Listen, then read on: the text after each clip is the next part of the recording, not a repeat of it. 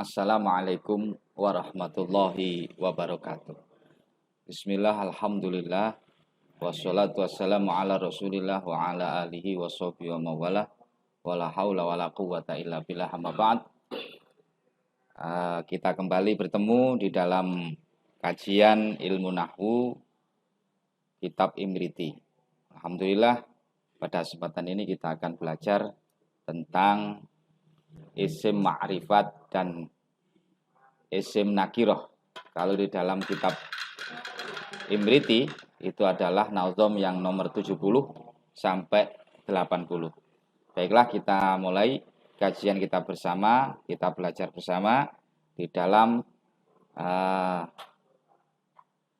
video ini. Bismillahirrahmanirrahim. Babun nakiroh ma'rifati. Utawi iki iku bab nakiroh lan isim ma'rifat. Wa in turid ta'rifal ismin nakiroh wa walladhi yaqbalu al mu'athirah.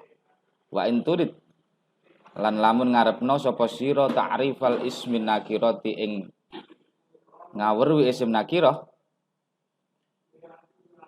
bahwa mongko utawi ismun nakiroh iku alladhi lafat yakbalu kang nerima apa alladzi al ing al mu'assiratan hale nglabeti apa al. Wa ghairuhu lan utawi sakliyane ismin nakirah iku ma'arifun pira-pira isim ma'rifat wa tuhsaru lan den ringkes apa ma'arif fi sitatin ing dalem perkara 6. Fal awalu mongko utawi kang pertama iku ismun isim mudmarun kang kesimpen utawa den simpen apa isim. Jadi pengertian isim nakiroh itu adalah isim yang menerima al mu'assirah, dan selain isim nakiroh itu disebut dengan isim ma'rifat yang jumlahnya tergabung di dalam 6 pembagian. Yang pertama namanya isim dhamir. Yukna kang den gawe kinayah apa bihi mudmar an dhahirin saking isim dhahir. Fayam tami mongko dadi kabung sapa isim dhamir lil ghaibi maring waqi' ghaib wal huduri lan waqi' hudur wa takallumi lan waqi' takallum.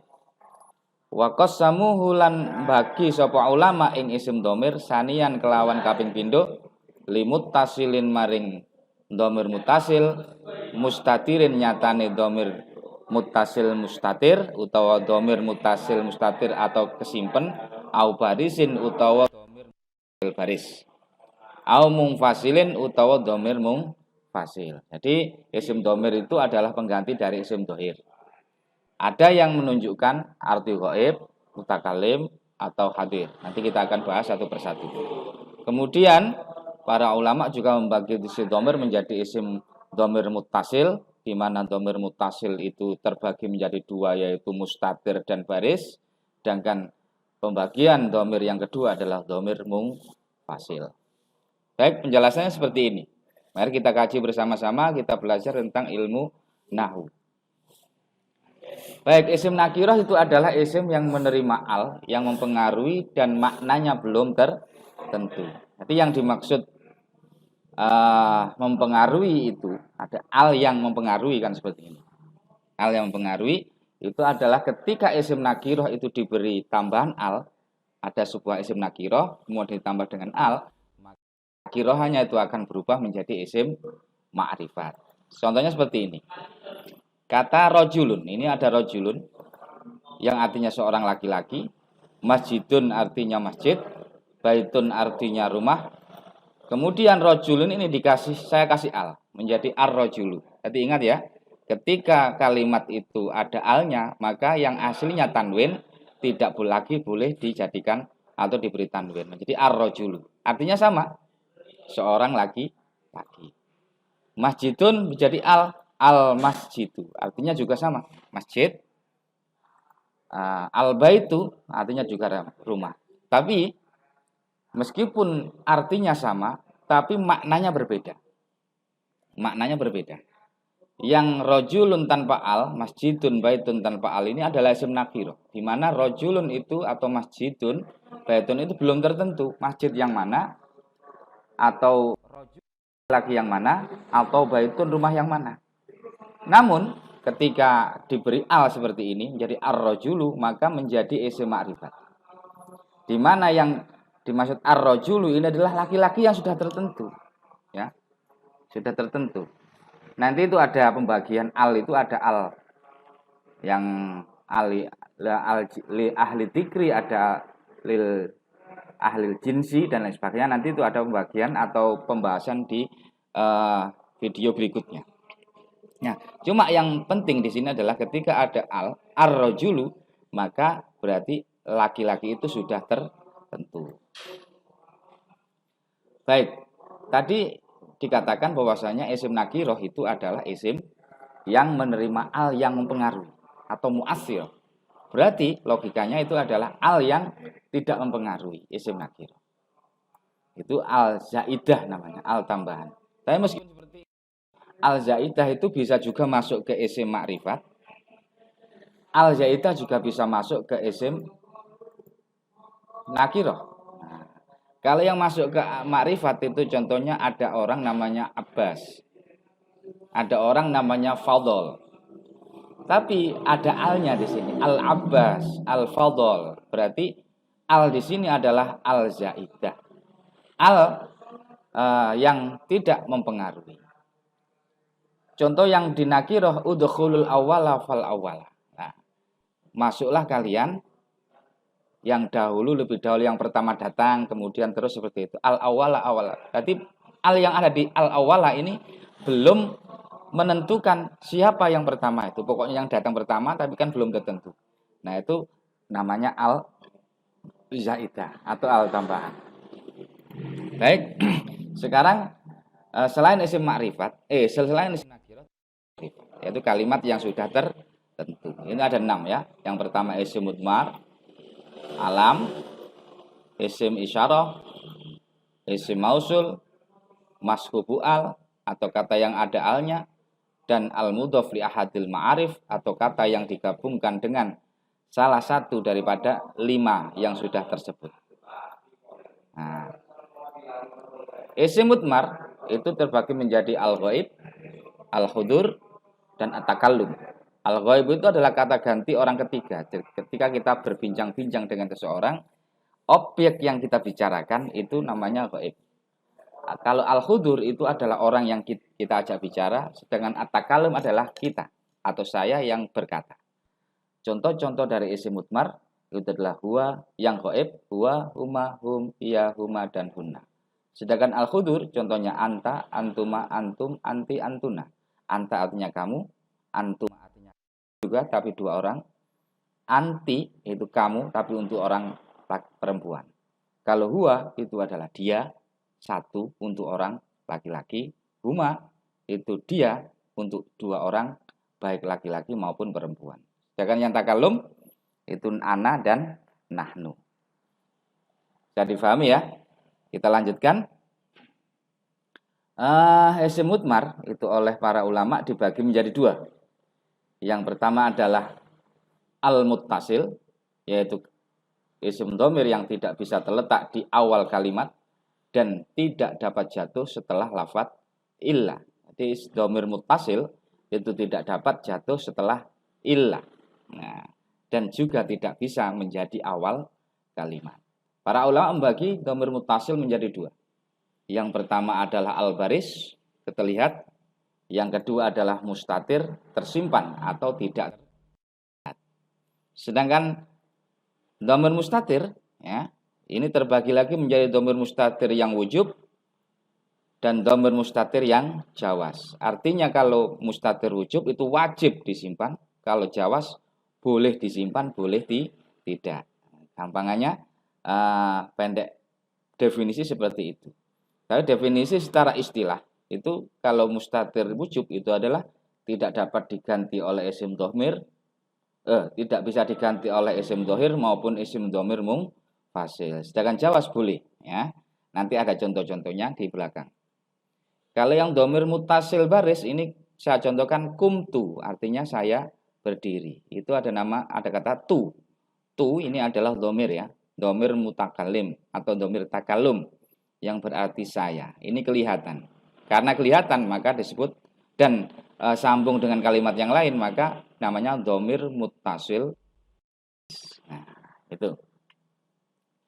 Dikatakan bahwasanya dhamir muttasil tidak dapat jatuh setelah illah. Nah, cuma ada kondisi-kondisi tertentu di mana dhamir muttasil itu bisa jatuh setelah illah. Ini ketika dalam kondisi darurat. Biasanya berada di dalam syair. Ya, saya contohkan satu syair di mana isim dhamir muttasil itu bisa jatuh setelah illah. Ini wa manubali idza makun tijaratana alla yujawirona illa ki dayaru. Saya kasih warna merah. Ki ini adalah dhamir muttasil, ya. Dhamir muttasil ki ini. Tapi kok jatuh setelah illah? Nah, ini namanya daruratus syi'ri. Nah, daruratus syi'ri, pengecualian atau mustasnayat. Yang artinya saya tidak peduli mereka mau mendekatiku, tidak mau mendekatiku asal kau selalu di dekat atau kau selalu dekat denganku. Baik, itu adalah dhamir muttasil, ya. Sekarang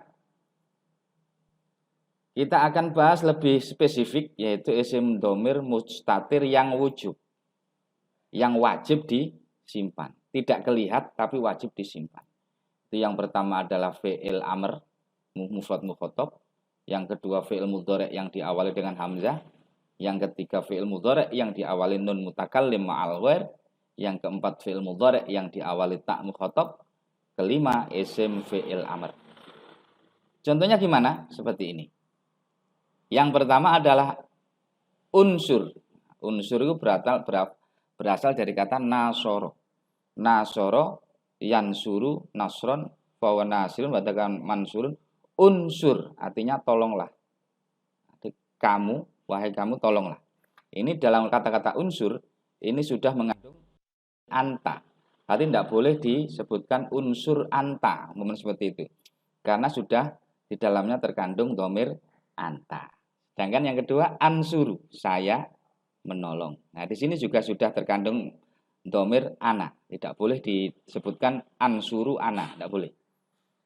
Terus nansuru, ini juga mengandung dhamir nahnu. Tansuru mengandung dhamir anta.